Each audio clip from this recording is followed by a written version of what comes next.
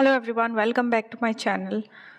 आज हम लोग इकोलॉजी का एक टॉपिक पढ़ेंगे और उस टॉपिक में बहुत सारा होगा, मतलब सब टॉपिक्स हो गए, उसके बारे में पढ़ेंगे। तो टॉपिक आपको ये तब मिलती है जब हम डिस्कस करने वाले हैं जब आप इकोलॉजी पढ़ते हैं, और इकोलॉजी में भी तब जब आप कंपटीशन पढ़ते हैं कि कैसे नेटिव स्पेसिस को मतलब रूल आउट कर दिया जाता है, कोई बाहर का कोई इन्वेजिव अगर स्पीसीज अंदर आ जाता है तो ठीक है। अगर आपको इन्वेजिव स्पीसीज के बारे में नहीं पता है, सजेस्ट कि आप वो पढ़ाएं, उसका डिटेल्स पढ़ ले, तभी आपको समझ आएगा। अगर नहीं आ रहा है तो आप मुझे बताइए, मैं वीडियो बना दूंगी इन्वेजिव स्पीसीज के बारे में। अब टाइप्स ऑफ स्पीसीज जब आप पढ़ते हैं तब भी आपको मिलता है कि इन्वेजिव स्पीसीज होती है, डोमिनेंट स्पीसीज होती है, की स्टोन होती है। There are many types of species, right. हम उसमें भी जब हम इन्वेजिव स्पीसीज पढ़ते हैं उसके कुछ रूल्स होते हैं। इन्वेजिव स्पीसीज वो होता है ना, जो सपोज एक पर्टिकुलर एरिया है, ये पर्टिकुलर एरिया सपोज ये है हरियाणा, ठीक है, ये हरियाणा है और ये रहा दिल्ली। दिल्ली, हरियाणा में ऑलरेडी पॉपुलेशन है, लेकिन दिल्ली के कुछ लोग आके यहाँ पे हरियाणा पे रह जाते हैं, फिर रह के वो रीपॉपुलेट कर लेते हैं, वो अपना पॉपुलेशन बढ़ा लेते हैं। फिर विद टाइम क्या हो जाता है, हरियाणा के जो नेटिव लोग थे, जो हरियाणवी लोग थे, वो क्या होता है, विद टाइम उनका जो पॉपुलेशन है वो कम होता जा रहा है, ठीक है, और दिल्लीएट का जो पॉपुलेशन है वो वहाँ पे जाके बढ़ रहा है। तो दिस इज़ नोन एज इन्वेजिवनेस, मतलब यहाँ पे जो दिल्ली के लोग थे उनका इन्वेजिव इफेक्ट हुआ है किस पे, हरियाणा पे, ठीक है। This is known as invasive effect, और इसको आप रियलिटी से मत काउंट कीजिए, मैंने बस आपको एक एग्जाम्पल के तौर पे बताया है, इसका असल ज़िंदगी से कोई रिलेशन नहीं है, ठीक है। ओके, सो दिल्ली से ये हो रहा है हमारा, तो यहाँ पे रीपॉपुलेट, यहाँ पे दिल्ली वाले जो आ गए ना, यहाँ पे हरियाणा पे आके इन्होंने रीपॉपुलेट कर लिया, और उसकी वजह से क्या होती है, हरियाणा में उनका जो पॉपुलेशन है दिल्ली वालों को वो बढ़ जाता है। This is known as an invasive behaviour. ऐसा ही कंडीशन हम देखते हैं जब हम प्लांट्स के बारे में या फिर इंसेक्ट्स के बारे में पढ़ते हैं, ठीक है। अगर आपने पता होगा आपको कि जूलिया फोरा या फिर बहुत सारे होते हैं, लेंटाना कैमेरा, फिर उसके बाद ऐसे पर्थेनियम हिस्टेरोफोरा, ऐसे बहुत सारे हैं, आप देख लीजिए गूगल में इन्वेजिव स्पीसीज का नाम सबको मिल जाएगा। तो उसमें क्या होती है ना कि ऐसे करके सपोज एक एरिया है, एक प्लांट है, एक एनिमल है, ठीक है, एक एनिमल है, एंड वो क्या करता है, इस जगह में कुछ एनिमल्स, छोटे छोटे एनिमल्स होते हैं, इस जगह पे कुछ एनिमल्स हैं, तो वो बड़ा एनिमल जो होती है ना, वो क्या करता है, उसका कुछ इन्वेजिव बिहेवियर है, ठीक है, वो इन्वेजिव स्पीसीज में काउंट करता है। तो वो जब इस एरिया पे आ जाते हैं ना, तो वो इन जो स्पीसीज होते हैं, जो नेटिव स्पीसीज होते हैं ये पर्टिकुलर एरिया के, इनको मार डालते हैं, compete करते हैं इनके साथ फूड के लिए। और जो यहाँ पे नेचुरल रिसोर्सेस है जैसे फूड, वाटर, शेल्टर, वो सब का ये यूज़ करके क्या करता है, ये अपना पॉपुलेशन की ग्रोथ करती है।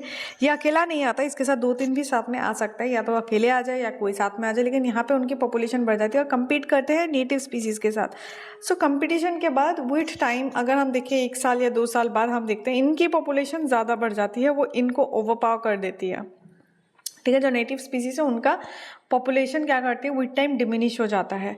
This is known as native invasive behaviour, ठीक है। अब इसी इन्वेजिव बिहेवियर को लेके ना हमारे पास कुछ हाइपोथेसिस दी गए थे, ओके। तो सबसे पहले वाला हाइपोथेसिस के बाद, that is enemy release hypothesis,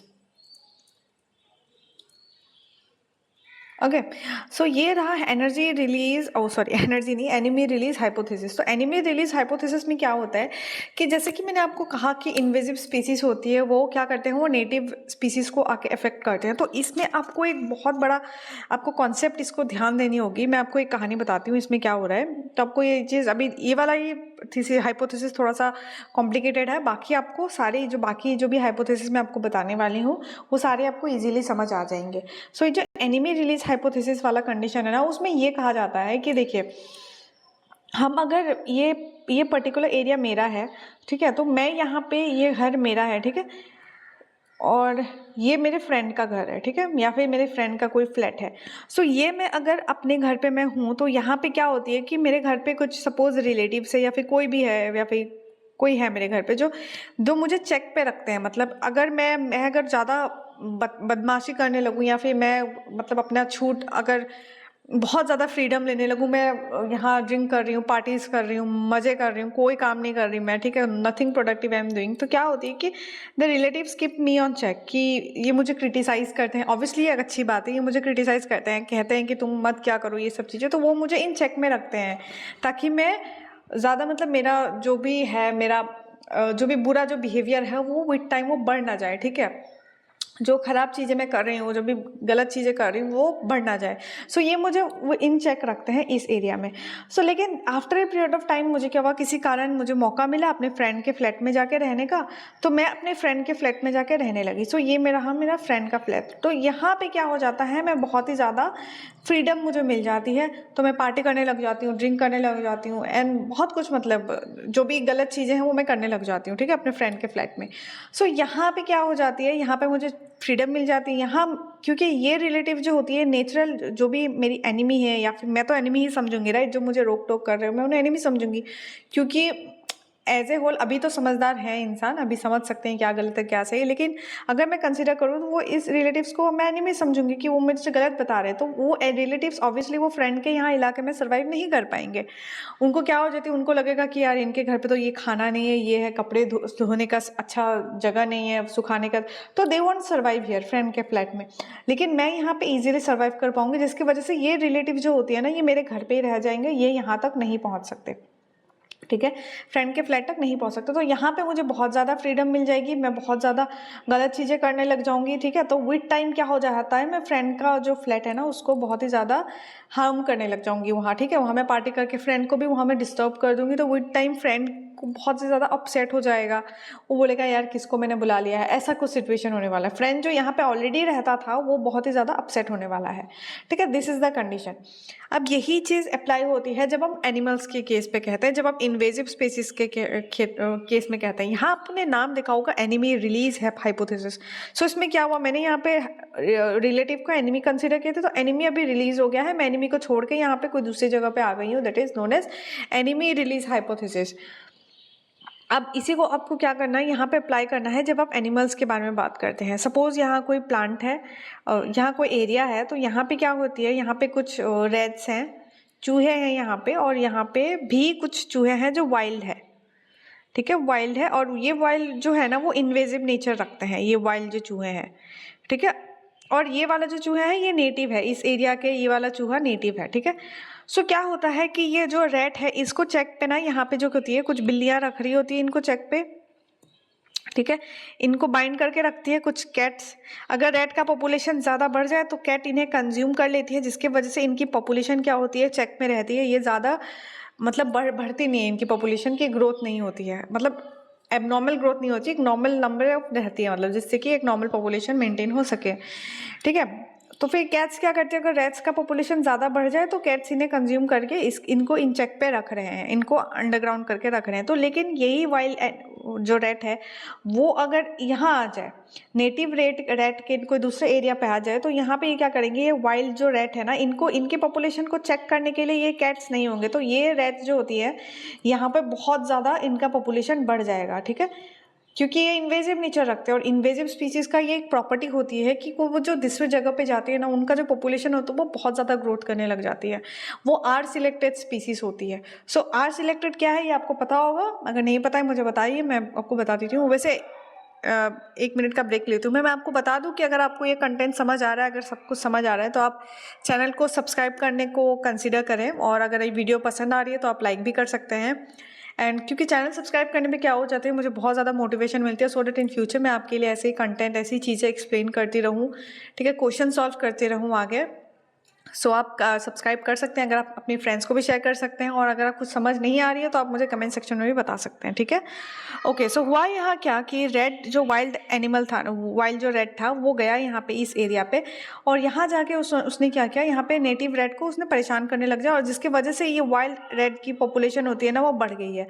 और वाइल्ड रेड की पॉपुलेशन बढ़ने की वजह से ये नेटिव रेड का जो पॉपुलेशन है वो धीरे धीरे डिक्रीज करने लगे, क्योंकि ये इनको तंग करने लगे, क्योंकि दोनों ही रेड हैं, तो दोनों ही एक ही सोर्स ऑफ खाने पे अगर सर्वाइव कर रहे हैं, तो ये क्या करती है, कम्पीट करते हैं फूड के लिए, और सिंस इनकी पॉपुलेशन ज़्यादा है तो वो फूड बहुत ज़्यादा खत्म कर देते हैं, फूड एग्जॉस्ट हो जाता है, तो जिसके वजह से क्या हो जाती है, नेटिव रेड का पॉपुलेशन विद टाइम डिक्रीज होने लग जाता है, क्योंकि कंपटीशन की वजह से नेटिव रेड की डेथ हो जाती है, या फिर वो सर्वाइव नहीं कर पाते हैं, ठीक है।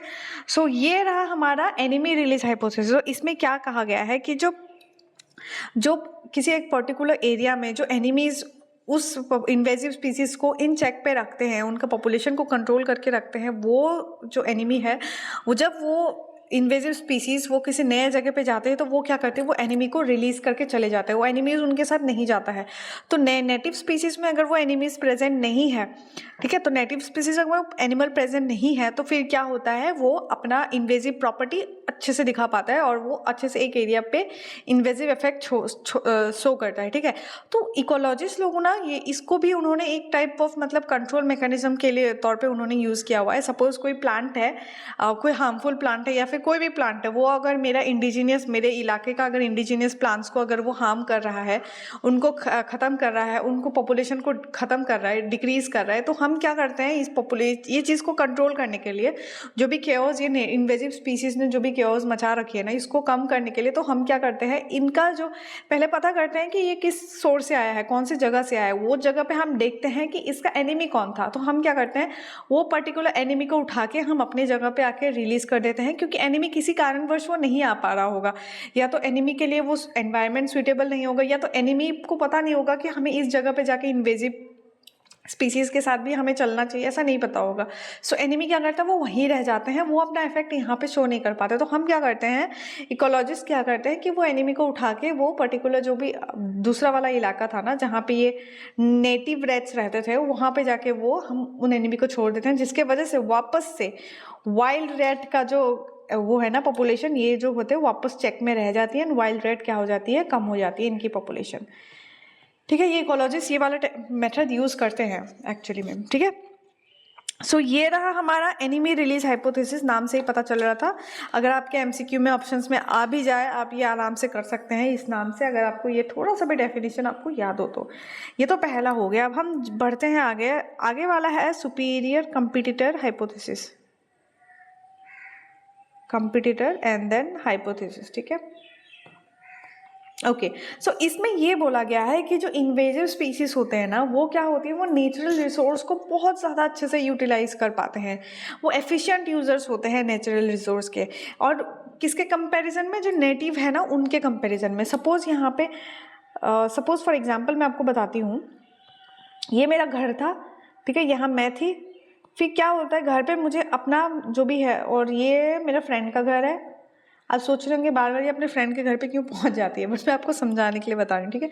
सो ये मेरा फ्रेंड का, मैं अपने घर पे हूँ और ये मेरे फ्रेंड का घर है। तो फ्रेंड के घर पे क्या होता है, सब कुछ बहुत शांत शांत रहते हैं, एवरीथिंग इज़ वेरी ऑर्गेनाइज्ड, वो बहुत चुप चुप रहते हैं, मतलब उनकी फैमिली मेम्बर्स बहुत ही चुप चुप रहते हैं, शांत रहते हैं, they discuss, they act very maturely, and वो लोग माहौल देते हैं मेरे फ्रेंड को पढ़ने के लिए, ठीक है।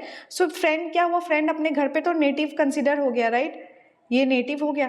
सो मेरे घर पे क्या होता है, थोड़ा सा डिस्टर्बेंस है, मतलब मैं आराम से पढ़ नहीं पाती, शोर शराबा होता रहता है, ठीक है, एंड मुझे वो माहौल नहीं मिल पाता जिससे वजह से मैं प्रिपरेशन में अच्छे से कर पाऊँ। तो मैं क्या करूँगी, मैं अपने फ्रेंड के घर अगर चली गई तो मुझे वो माहौल मिल गया, मुझे वो सारे रिसोर्सेज मिल गए जो अपने फ्रेंड के वहाँ पे मिल रहे हैं, they have wifi, they have everything, subscription सब है इन पे। तो मैं इनका रिसोर्सेज यूज़ करके ना मैं फ्लोरिश करूँगी और मेरा नेट क्या हो जाएगा, क्लियर हो जाएगा, ठीक है। मैं ये नेटिव स्पीसीज का जो मेरा फ्रेंड है उसी का घर का सामान में यूटिलाइज करके, उनके रिसोर्सेज को यूटिलाइज करके मैं नेट क्लियर कर बैठी हूँ, लेकिन मेरा फ्रेंड अभी तक नहीं कर पाया है। क्यों नहीं कर पाया है, बिकॉज वो नेटिव था, वो वहाँ पे उस रिसोर्स को, जो भी रिसोर्सेज उसके एरिया में प्रेजेंट थे, वो उसे 100% यूटिलाइज नहीं कर पा रहा था। लेकिन मैं being an outsider, being an invasive species, मैं अपने फ्रेंड के घर पे जा रही हूँ, उनका मतलब इसको यही कहेंगे, जो थाली में खाए उसी में छेद कर देना, ठीक है। तो यहाँ मैं गई और मैंने इनके रिसोर्सेज यूज़ की, एफिशिएंट यूज़र हूँ मैं रिसोर्सेज की, तो मैं उनको रिसोर्स यूज़ करके मैंने एग्ज़ाम क्लियर कर ली। तो यही चीज़ होती है स्पीसीज़ के केस में, एनिमल्स प्लांट्स के केस में। सो उसमें क्या होती है, सपोज कोई एक पर्टिकुलर एरिया में ये पर्टिकुलर एनिमल है, ठीक है, ये एनिमल है, तो ये क्या करता है, ये एक दूसरे एरिया में जाता है ये एनिमल, और उस एरिया का जो होता है ना वो रिसोर्सेस वो बहुत अच्छे से यूटिलाइज कर लेता है। लेकिन यहाँ पे जो रिसोर्सेस होते, यहाँ पे जो नेटिव एनिमल्स होते हैं, वो उन रिसोर्सेज को अच्छे से यूटिलाइज नहीं कर पाते हैं, जिसके वजह से क्या होती है, ये एक कंपटीशन इफेक्ट हो जाती है। और कंपटीशन इफेक्ट में क्या होती है, जो बाहर वाला एनिमल था, जो वाइल्ड एनिमल था, जो इन्वेजिव था, वो आके यहाँ पे नेटिव के साथ compete करते हैं, और नेटिव वाला क्या हो जाती है, वो हार जाते हैं, दे लूज, ठीक है। और ये वाइल्ड वाला जो इन्वेजिव था वो विन कर जाते हैं। और विन करना मतलब क्या होता है, सर्वाइवल ऑफ द फिटेस्ट वाला केस हो जाता है कि अगर कम्पीट हो रहा है तो वो जो सर्वाइव कर रहा है वो आगे बढ़ जाता है, तो ये सर्वाइव कर जाता है वाइल्ड वाला और ये जीत जाता है। सो नेटिव वाला जो होती है वो हार जाती है, ठीक है। So this is known as superior competitor hypothesis, ठीक है। इसमें कंपटीशन हो रहा है एंड देन उसमें क्या होता है, कंपटीशन किसके लिए, नेचुरल रिसोर्स के लिए, और जिसके वजह से इन्वेजिव स्पीसीज जो होती है वो नेचुरल रिसोर्स को बहुत अच्छे से यूज़ कर पा रहा है, ठीक है। ये रहा सुपीरियर कंपिटिटर। आगे हम बढ़ते हैं, आगे जो एक और हाइपोथेसिस है, वो हाइपोथेसिस का नाम हो गया propagule pressure hypothesis. Propagule pressure hypothesis, ठीक है। सो देखिए, प्रोपेग्यूल आपको पता होगा, प्रोपेग्यूल का मतलब क्या होता है कि जो प्रोपोगेट करने वाला जो छोटे छोटे पार्टिकल्स होते हैं, या फिर आपको पता होगा, आपको प्रोपोग्यूल का ना डेफिनेशन देख लेना, उससे आपको मीनिंग समझ आ जाएगी। तो प्रोपेग्यूल प्रेशर हाइपोथेसिस में क्या होती है कि एक जो इन्वेजिव स्पीसीज होती है, इन्वेजिव स्पीसीज किसी पर्टिकुलर एरिया में जाके वो अपना पॉपुलेशन जो होती है, प्रोजेनी बहुत ज़्यादा बढ़ा लेती है। प्रोजेनी बहुत ज़्यादा बढ़ाने के वजह से क्या हो जाती है, वो क्या हो जाते हैं, वो कम्पीट ज़्यादा करने लग जाते हैं, वो ज़्यादा कम्पीट करने लग जाते हैं नेटिव स्पीसीज के वजह से, and compete and then fight भी होता है, झगड़ा होने के बाद, क्योंकि प्रोजेनी ज़्यादा है, इन्वेजिव स्पीसीज का प्रोजेनी ज़्यादा है, उनके ऑफस्प्रिंग ज़्यादा है, तो वो क्या करते हैं, वो बहुत ज़्यादा ही रैपिडली डेवलप होते हैं, ठीक है, जिसकी वजह से वो आउट नंबर कर जाते हैं जो नेटिव स्पीसीज है। तो this is known as propagule pressure hypothesis. So what we can say कि प्रोपेग्यूल प्रेशर हाइपोथेसिस के वजह से सुपीरियर कंपिटिटर हाइपोथेसिस हो सकता है ना। आपको पता होगा सुपीरियर कंपिटिटर हाइपोथेसिस का मतलब क्या होता है, क्योंकि वहाँ पे नेचुरल रिसोर्स को यूज़ करने से मतलब है। तो अगर प्रोजेनी ज़्यादा बढ़ रहा है तो वो बहुत ही ज़्यादा, मतलब बहुत ही एफिशिएंटली वो नेचुरल रिसोर्स को यूज़ कर सकता है, बहुत ही एग्रेसिवली वो नेचुरल रिसोर्स को यूज़ कर सकता है, जिसके वजह से जो नेटिव स्पीसीज है उसका नंबर कम हो जाएगा, ठीक है। एंड सबसे लास्ट, ये तो चलो इजी था, सबसे लास्ट वाला है lack of environmental constraints. Lack of environmental constraints hypothesis, ठीक है। तो इसमें क्या होती है, इसमें होती है कि जो भी इन्वेडर्स होते हैं, जो भी इन्वेजिव स्पीसीज होते हैं ना, वो उस नेचुरल जो भी कंडीशन होती है, एनवायरमेंटल कंडीशन, उसमें वो पहले से ही प्री एडेप्टेड होते हैं। सपोज ये एक ह्यूमन है और ये उसका कोई दूसरा एरिया है और यहाँ पे एक नेटिव ह्यूमन है, ठीक है। सो ये यहाँ पे जब जाने से पहले ही इसके बॉडी में कुछ तो ऐसा थर्मो रेगुलेशन या फिर बहुत कुछ होता है जो ये पहले से ही एडेप्टेड होते हैं इस एनवायरनमेंट में ये सर्वाइव करने के लिए। अगर ये ऐसा नहीं होते, वो यहाँ पहुँच भी जाते तो इनकी डेथ हो जाती, तो इनका इन्वेजिव प्रॉपर्टी उतना अच्छा से शो नहीं होता, इतना अच्छा सक्सेसफुल इन्वेजन नहीं होता। सो जिसके वजह से ये लोग क्या करते हैं कि वो एनवायरमेंटल कुछ मतलब प्री एडेप्टेशन वो ऑलरेडी होते हैं उन पर, वो कर आते हैं, जिसके वजह से वो क्या करते हैं, वो एग्जिस्टिंग जो एनवायरमेंटल कंडीशन है ना, वो उस पर सर्वाइव कर लेते हैं, ठीक है। That means pre adaptation of some invasive species to existing environmental condition is known as lack of environmental constraints hypothesis, ठीक है। वो प्री एडेप्टेड होते हैं जो भी यहाँ पे एनवायरमेंटल कंडीशन है ना उसके लिए। तो ये तो इतना ज़्यादा टफ नहीं होता, अगर आपको ये जो भी 4 हाइपोथेसिस मैंने बताया आपको इतना ज़्यादा टफ नहीं लगता, अगर वैसे भी ये टफ नहीं है, बट अगर आपको ऑलरेडी पता होता है इन्वेजिव स्पीसीज के प्रॉपर्टीज़, सो ये सारे समझने के लिए आपको और ज़्यादा आसानी हो जाती है, ठीक है। सो आई जस्ट होप आपको ये 4 हाइपोथेसिस समझ आ गई है, एग्जाम में आए तो आप आराम से कर सकते हैं, नहीं भी आए तो आप मुझे गाली मत दीजिए, क्योंकि ईच एंड एवरी जो भी आप इन्फॉर्मेशन गेन करते हैं वो कभी भी कम नहीं पड़ता है, and it helps you somehow, ठीक है। सो that's all for today, thank you so much for watching, and I already told you कि आप if you want my content फिर से, अगर आप फिर से देखना चाहते हैं तो kindly consider subscribing to my channel and share it to your friends. So that's all for today, thank you so much for watching guys, have a nice day.